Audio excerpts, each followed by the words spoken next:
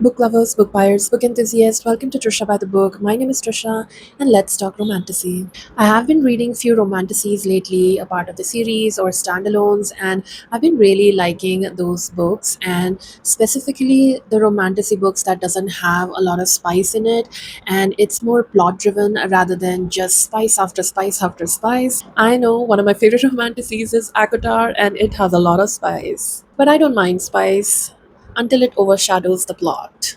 Today, I'm going to take you on a ride with five romantasy books with little to no spice. First book on the list is Daughters of the World by Carissa Broadbent.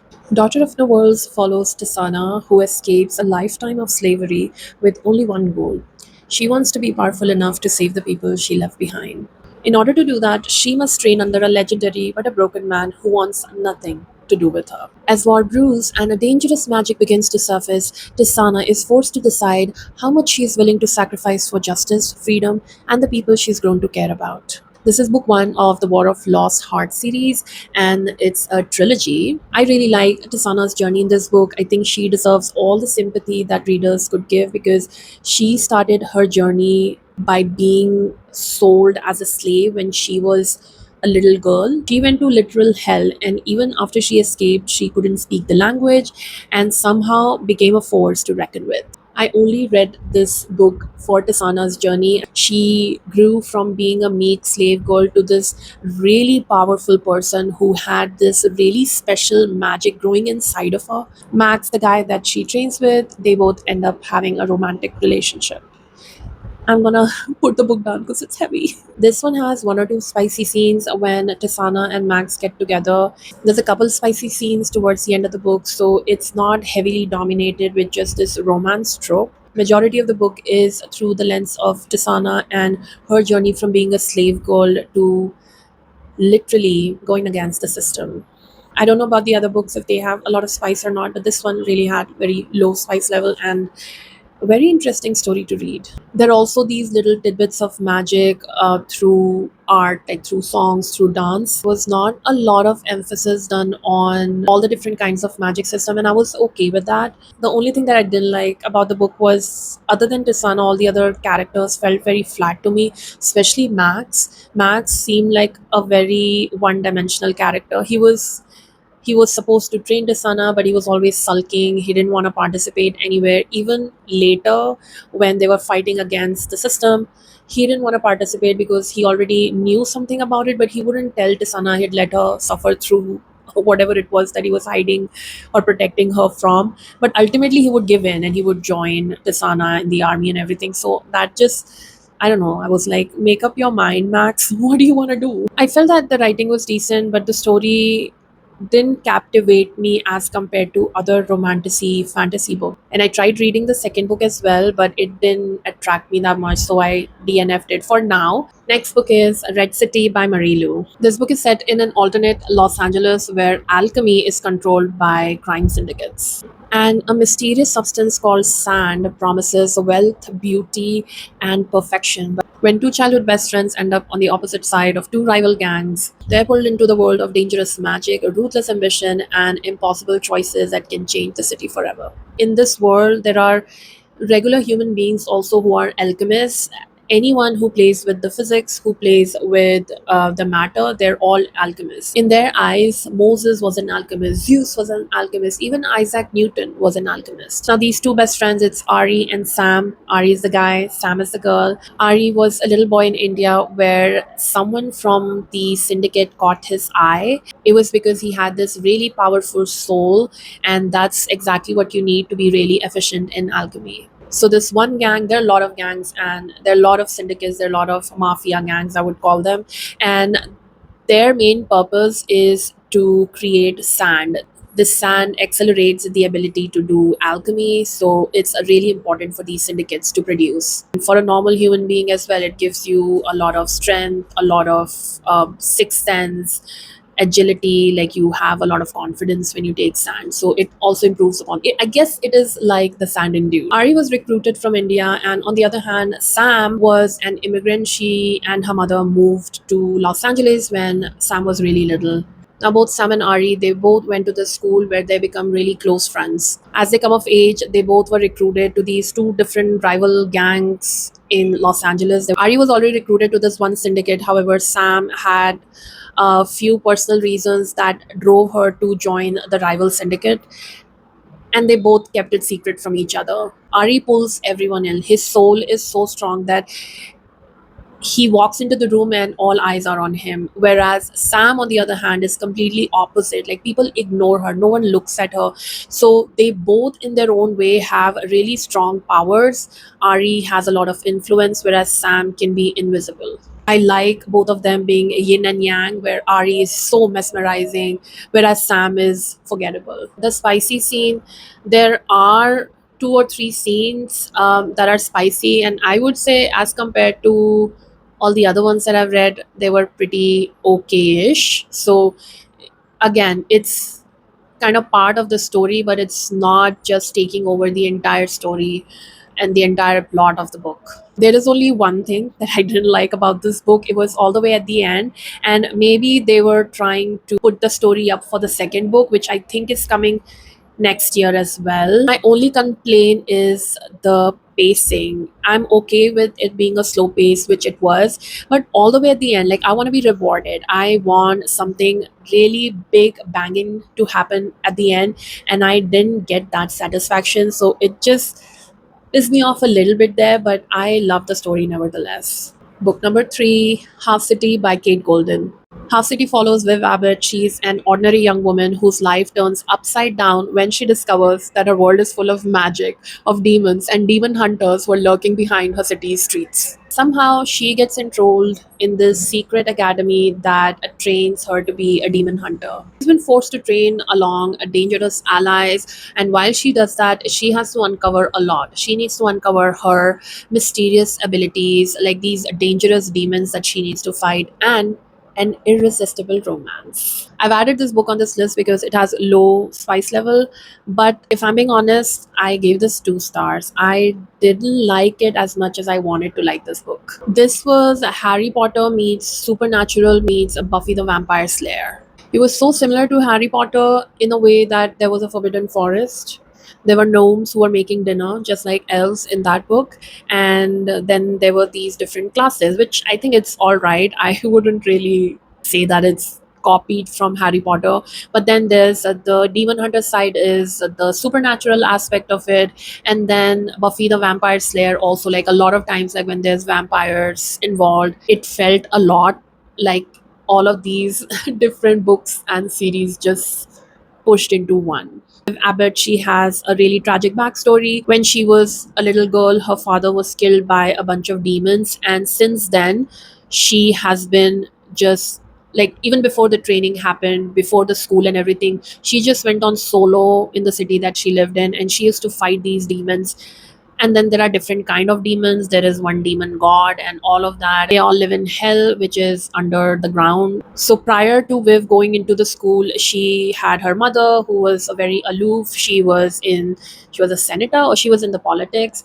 And then she had an elder sister as well, who was equally aloof like her mother. She used to share a room with her best friend Penny, and then she also had a boyfriend. So she had a proper life outside of this magical world, the school that she discovers a bit later. And that was my first issue with the book. It's, as soon as she moves into the school, it was quite impossible for her to manage both outer life and the school life, because the school was supposed to be a secret place. No one knew about that place. And honestly, if I were to be that person, I would not fulfill either. Or my mom, my boyfriend, my roommate, my friends, they would all be so sus as to, where are you going every day for 18 hours a day? Where the hell are you going? And you're not in contact with us. Like, what are you doing? It just was very impractical. Now, let's talk spice. I would say there was only one scene where there was her, and I will tell you about who the guy is. So the guy actually recruited Viv to be enrolled in the school because Harker University of Deviant Defense, something like that. So this guy saw Viv just going solo even before she was in this school, fighting demons, and he just encouraged her. He pushed her to join this unknown school that nobody knew about. And who this guy might be, you ask? He's a demon. He's the only demon or ex demon who was a trainer, a teacher in this anti demon academy. And then slowly, steadily, the love blooms, and then they kind of get together and they have like one mellow spice situation going on, and that's about it. This book was 100 pages too long because I was not at all interested in reading about her classes and her trying to manage her outside world, her real world, and these friends that she's made in this academy, like just balancing those out. It was it was very repetitive, and it got boring. I just lost interest. There was a sense of mystery as well, but I don't think they fulfilled, like, they just scratched the surface of the mystery and that's about it. And then they went and moved on to revealing other mysteries, other secrets, all the way towards the end of the book. Be it any fantasy, I expect the last part of the book, the third final act, to be so solid with, I hope, a lot of action. If this is like, this was going in the action way, and yeah, it just disappointed me. Like, I this one as well as Red City. Like, Red City I can deal with because I like the story. This one, I don't know if this is YA. If this is YA, then I apologize, but it felt very YA to me. Like, the story was bang on. I feel like just it could have been structured a little properly. Other than that, a pretty decent book, which I will not read if there's a part two. But only one spicy scene, so read at your own risk. Fourth book on the list is Starside by Alex Esther. This book is set in a world that's divided into mortals and immortal descendants of gods. It's divided into two parts.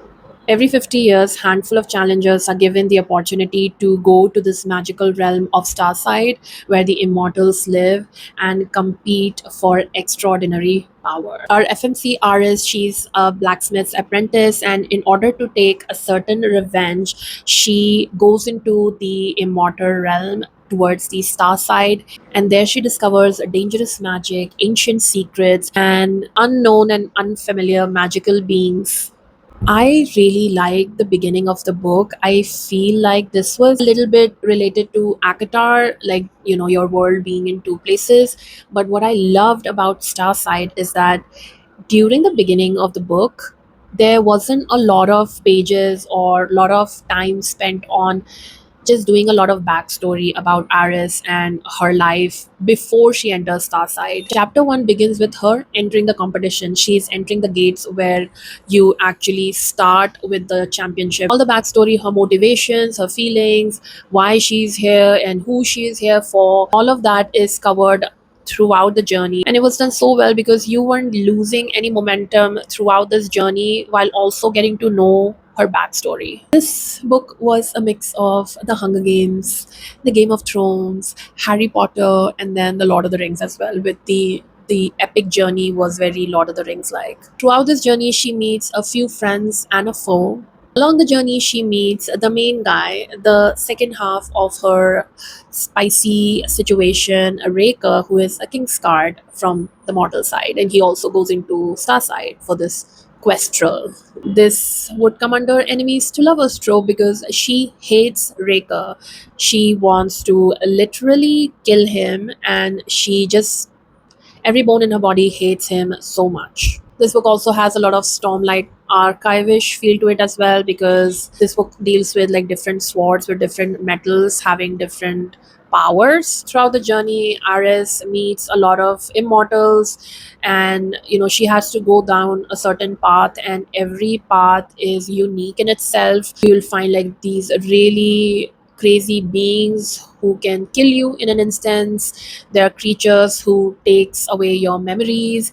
Then there are like magical bears. There's a beautiful stag that can kill you at a second that he sees you, and a lot of other like dragons and everything else. And then there are royalties as well.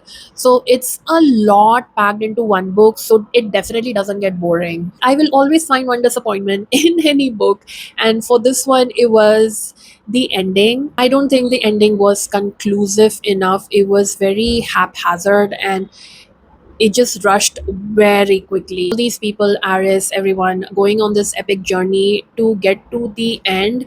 And when that end happened, it just felt like nothing really happened. I was expecting Aris to do some crazy shit, and she just didn't live up to my expectation. And one more thing that I had a little issue with was Aris. Early in her journey, she meets certain like supporters, her friends that she helps, and they all help each other. And then they were just gone. Like in couple of pages, they were just gone. And then enters Raker, the guy that she then continues her entire journey with. And I thought, why was that needed? You could have just not included those people, like they were just taking up space. Now it could make sense if in the second book, which is coming out this November, I think, if all of that plays out, then I apologize in advance. That's completely fine. But if that's not the case, then it's just a waste of character just added for effect. All in all, I think Stormside is a really solid read, and the spice level, I would say this is the most spiciest out of the entire lot. It's not like it was happening too frequently. There were only two scenes that had spice in it, but oh, I would definitely recommend this book. It was pretty good read, an entertaining read. Last and my favorite book in the lot, A Stage Set for Villains by Shannon J. Span. I love this book. If there is one book out of these five books that I will urge you to read, it's this book. Read this one, please, and you will adore it. And if you're a theater kid, if you are into acting, into plays, into Broadway, if you're into Shakespeare, all of that, you need this in your life and you will thank me for it. A Stage Set for Villains follows Riven, a young woman who was cursed by these godlike players in a playhouse. And these players, they rule through magical performances that can bend reality itself. When the players announce a deadly competition where a mortal can take one of their powers, Riven enters the playhouse as her only chance to break the curse. As she uncovers the truth behind the spectacle, she realizes the greatest danger isn't losing the game, but being the part of the story that they are writing. This book is all about theater, all about playhouse. Now, Riven is a mortal. She lives in this place called Theatron. Everything is about plays in theater, okay? And Theatron is divided into two parts, North Theatron and South Theatron. Now the southern people really worship these godlike players who live in a playhouse, and then they go about different places performing their plays, their shows. So they're like acting, they're actors, but they have a lot of powers, magic, and things like that. Now, South people worship them. However, North Theatron people, where Riven is from, they fear these players and they want to end them like any way possible. So they had certain treaties signed up that, these players are not going to come to North Theatron to perform, because they not only just perform, they do something to people as well. I think they kill them or take their souls. So when Riven was a little child, she went to the playhouse to see a play where she makes an eye contact with this one player, and eye contact is forbidden for mortals and the players. Like, you cannot look the players in the eyes, or else the worst is gonna happen. So she makes eye contact with this player, and the player like just keeps hovering over her. And so this player, she comes up to Riven and she curses her, and then they leave. Right. And then since she was a child up until she grows up, like she looks like she's about to die any minute now. She is fragile, the color from her face is all gone, so she can die at any moment, and nobody wants to speak to her because she's apparently cursed, which has never happened in Theatron ever. Riven, she hears about players trying to recruit another player, and there's going to be a competition, and she was curious about it, and somehow she ends up getting into the playhouse and being a part of this competition. And the story revolves around, her being in the competition. So it was very interesting. They do different competitions. They also teach Riven a lot. Like, their form of acting is very extending towards like the reality itself. Like, if they're doing mimicry, they're just not mimicking someone. They're literally taking the face and the body, like they're just morphing into that another person altogether. There's a reality suspension where you can change the reality of your surrounding. Then there's compulsion where you can like compel people to do your bidding. I'm not even scratching the surface because there are so many things in there. I feel like the ending was done beautifully, the way my jaw dropped. And initially I was expecting one thing to happen. It just completely caught me off guard, and it was so suspenseful, and oof, it was just satisfying. I need to show you that the entire book is written like a play. So you have overture, then you have three acts, and then you have intermission in between, which is just so clever. And then you have applause and an encore. How cool is that? And the entire plot is in the playhouse. And I think that the writer has so cleverly structured her book. The overture, the intermission, and the encore, those are done outside of the playhouse, and the three acts are in the playhouse. It was like so clever. I'm not a theater person, but I just adored this book so much. It's beautiful. On the spice level, it's very low. It's the least spiciest book of the lot. I mean, you can say it's enemies to lovers, but not really. Like, I really like Riven as a character. She was thinking one thing, and a lot of times in romantasy, what happens, like when you fall in love and when you're with this other person, your motivations change drastically. Not Riven. She was here to do one thing, and she probably did it. I hope you enjoyed all these five books that I shared with you, with a little to no spicy, and they're all romantasies. Let me know if you've read one of these books, if you've liked or disliked it. Write down in the comments down below. And thank you so much for watching the video. Please like, share, and subscribe, and I shall see you soon.